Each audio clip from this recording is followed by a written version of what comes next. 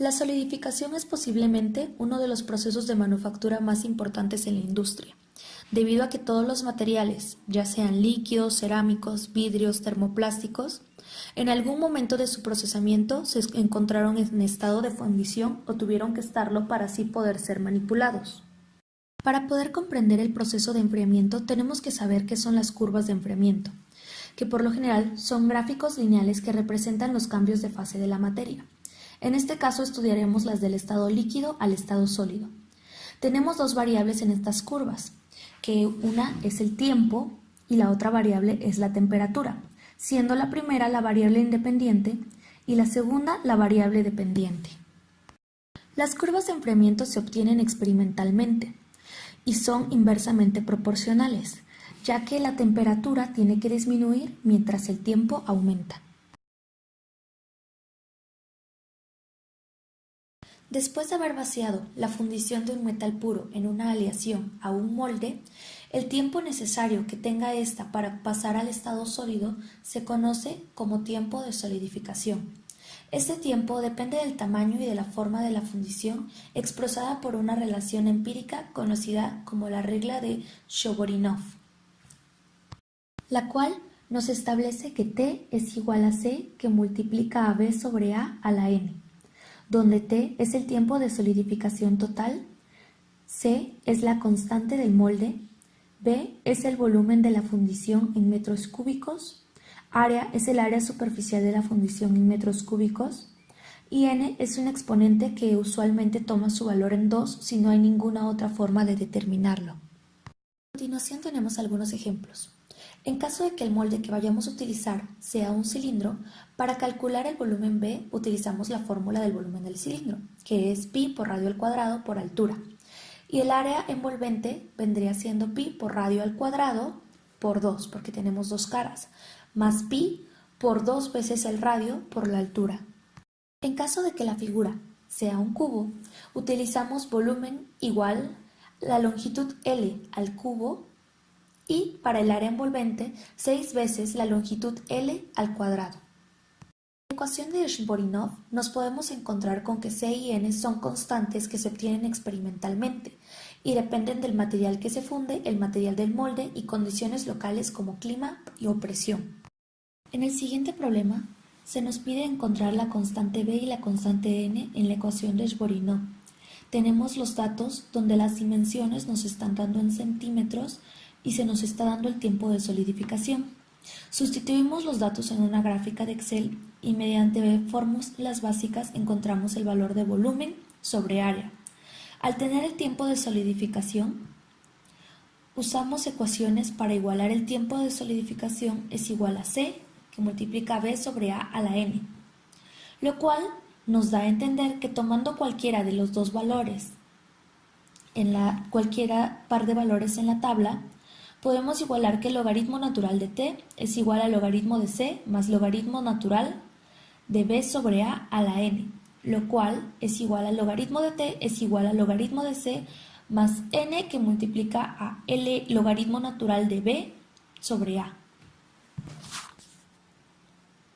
Tenemos que ser conscientes que al graficar todo esto nos tiene que dar una línea recta. Hay piezas que debido a su geometría tienen secciones que solidifican antes que otras. Las secciones que solidifican más lentamente envían parte de su material líquido para compensar la contracción del material en las secciones que ya se solidificaron. Estas secciones se dividen de manera vertical o dependiendo del diseño de cada pieza. La contracción es el cambio del volumen que sufre una pieza cuando se enfría una vez transformada. Estas contracciones pueden generar grietas en el material que posteriormente podrían generar fallas. En el contexto de solidificación, el término nucleación indica la formación de los primeros pequeños cristales de nanotamaño en el material fundido, los cuales empiezan a aparecer en el punto C de nuestra gráfica y van aumentando de tamaño según aumenta el tiempo. Es menester mencionar que desde el punto C hasta el punto F, la temperatura de la solidificación en un metal puro se mantiene constante. Mientras que en la solidificación de una aleación, después de llegar al punto C donde aparece la nucleación, la temperatura va disminuyendo hasta llegar al punto F. Diagramas de fases isomorfo. Un diagrama de fases muestra las fases y sus composiciones en cualquier temperatura y composición de la aleación. Con 40% de cobre, la fase de líquidos la podemos encontrar a los 1280 grados centígrados. Esta es la fase en la que la aleación es totalmente líquida. Mientras que en esta misma proporción del 40% de cobre, la fase sólidos o fase sólida la encontramos a los 1240 grados centígrados. Las reacciones eutéticas son parte del proceso de solidificación. Las aleaciones que se usan para vaciar o soldar aprovechan con frecuencia el bajo punto de fusión de la reacción eutéctica. El sistema plomo-estaño contiene solo una reacción eutéctica simple. Este sistema de aleación es la base de la mayoría de las aleaciones comunes que se usan para soldar con estaño. Cuando la aleación contiene de 0 a 2% de estaño, se comportan exactamente igual que las aleaciones de cobre-níquel, teniendo un endurecimiento por solución sólida a través de endurecimiento por deformación y controlando el proceso de solidificación para reformar la estructura de grano. Cuando la cantidad de estaño se encuentra entre el 2 y el 19%, se produce también una fase alfa. Sin embargo, al continuar enfriándose, se lleva a cabo una reacción en estado sólido que permite una segunda fase beta. Una composición que contiene 61.9% de estaño tiene la composición eutéctica.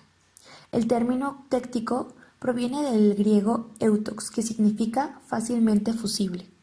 Por ejemplo, si enfriamos una solución a 138 grados centígrados, nos daremos cuenta que se comienzan a formar dos fases, la fase alfa y la fase beta, durante una misma reacción eutéctica, y las composiciones de las anteriores se dan en los extremos de la línea eutéctica. Metalurgia física del acero. Al variar el contenido de carbón, añadir elementos de aleación, modificar la velocidad de enfriamiento, dar tratamientos mixtos de revenido, esferoizado, normalizado, recocido, tratamientos isotérmicos y tratamientos de enfriamiento continuo, se modifica la microestructura de un acero, lo cual lleva a tener una variedad de propiedades y aplicaciones enorme para estos materiales.